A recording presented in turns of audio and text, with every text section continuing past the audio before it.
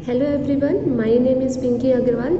आज मैं आपको बताने वाली हूँ कि जो स्टूडेंट्स दिसंबर 22 में वन मॉड्यूल को प्रेफर करने वाले हैं, एनी ऑफ वन मॉड्यूल, चाहे वो मॉड्यूल 1 हो या मॉड्यूल 2 हो, तो उसके अकॉर्डिंग आप अपने 2 मंथ्स में कैसे प्रिपरेशन कर सकते हैं। आपने कुछ ना कुछ तो पढ़ाई पहले से की होगी, बट ऑब्वियस सी बात है अभी आपके पास सिर्फ और सिर्फ 2 मंथ्स है, तो ये भी इनफ होते हैं किसी भी एग्ज़ाम को क्लियर करने के लिए। ठीक है, अगर आप मन लगा के पढ़ते हो और अच्छे से पढ़ते हो, ज़्यादा से ज़्यादा टाइम देते हो, तो ऑब्वियस सी बात है कि आप 2 मंथ्स में भी अपने एग्ज़ाम को क्लियर कर सकते हो। ठीक है, तो मैं बताती हूँ कि अगर जो स्टूडेंट्स मॉड्यूल 1 को प्रेफर कर रहे हैं तो वो 2 मंथ्स में अपनी स्टडी कैसे प्लान कर सकते हैं। ठीक है, अगर आपके पास अभी अक्टूबर है, जैसे अगर आज 9 अक्टूबर है, तो ऑब्वियस सी बात है आप सिर्फ 20 डेज़ लेके चलो कि आपके पास 20 डेज़ है। अब क्या होता है कि थ्योरी पेपर होता है, ऑब्वियस सी बात है थ्योरी सब्जेक्ट होता है, वो हमें याद रखने में थोड़ी सी मुश्किल होती है, और जो हमारा न्यूमेरिकल होता है ऑब्वियस सी बात है वो प्रैक्टिस पे मैटर करता है। तो मैं ये सोच के चल रही हूँ कि अगर आपके पास अभी 20 डेज़ ही है तो अभी आप थ्योरी पेपर अपना मत लो।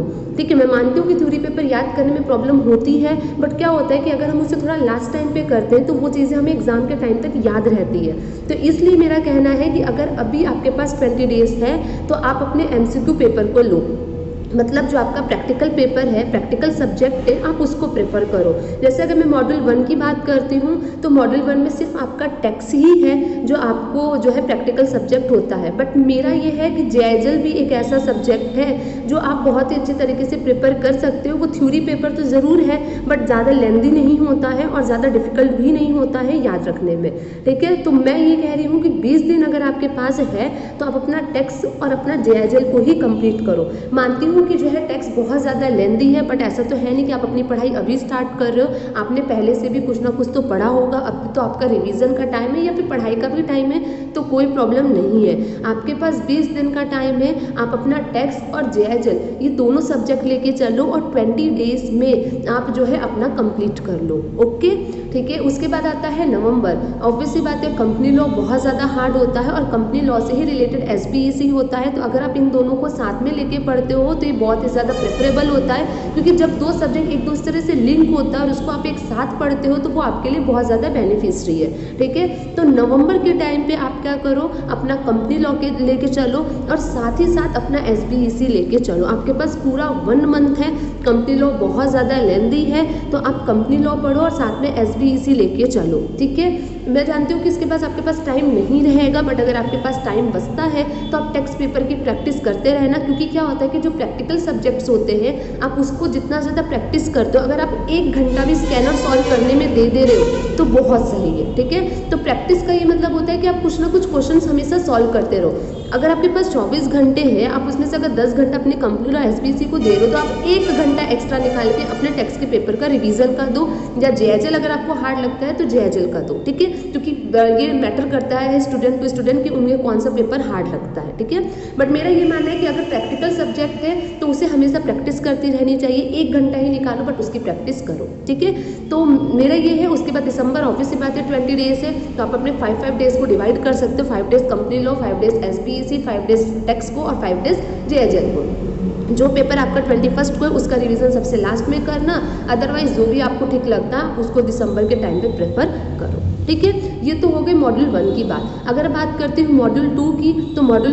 2 में बहुत ही ज़्यादा अच्छा है कि आपके 2 प्रैक्टिकल सब्जेक्ट है FSM एंड CM में, जो बहुत ज़्यादा हार्ड भी नहीं होता है। इसमें आपको फॉर्मूलाज याद रखने होते हैं, तो आपका 20 डेज है, तो मैं यही कहूँगी कि आप दोनों प्रैक्टिकल सब्जेक्ट इस टाइम पे करो, क्योंकि थ्योरी इतनी जल्दी कंप्लीट हो पाना बहुत ही मुश्किल हो जाता है। तो अगर आप थ्योरी को 1 मंथ दोगे, दैट मीन्स आप नवंबर में अगर करोगे तो वो ज़्यादा सही रहेगा। ठीक है, तो इसलिए आप 20 डेज में FSM और अपने CMA को ही कंप्लीट करो। देन नवंबर में आप अपना SLCM और EBCL जो दोनों थ्योरी पेपर्स हैं उसको कंप्लीट करो।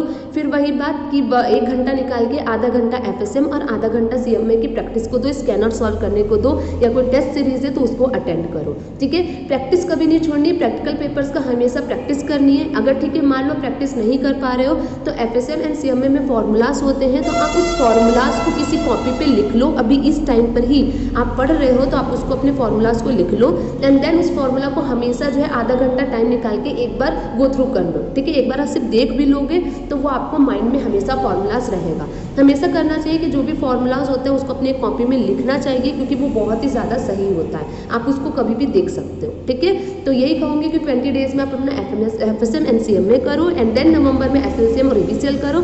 साथ ही साथ अगर फॉर्मूलाज देखना है तो फॉर्मूलाज देखते रहो, या प्रैक्टिस करनी है तो प्रैक्टिस हमेशा करते रहो। देन दिसंबर में वही 20 डेज है, 5 डेज डिवाइड करो, जो पेपर सबसे लास्ट में है उसको सबसे पहले रिविजन करो, ठीक है। तो ये मेरे 2 मंथ्स की स्ट्रैटेजी है। मुझे लगता है आई होप सो कि आपको ये वीडियो पसंद आई होगी, क्योंकि 2 मंथ्स आपके पास है, कोई प्रॉब्लम नहीं है, आप 2 मंथ्स में भी अपनी पढ़ाई को अच्छी तरीके से कंप्लीट कर सकते हो।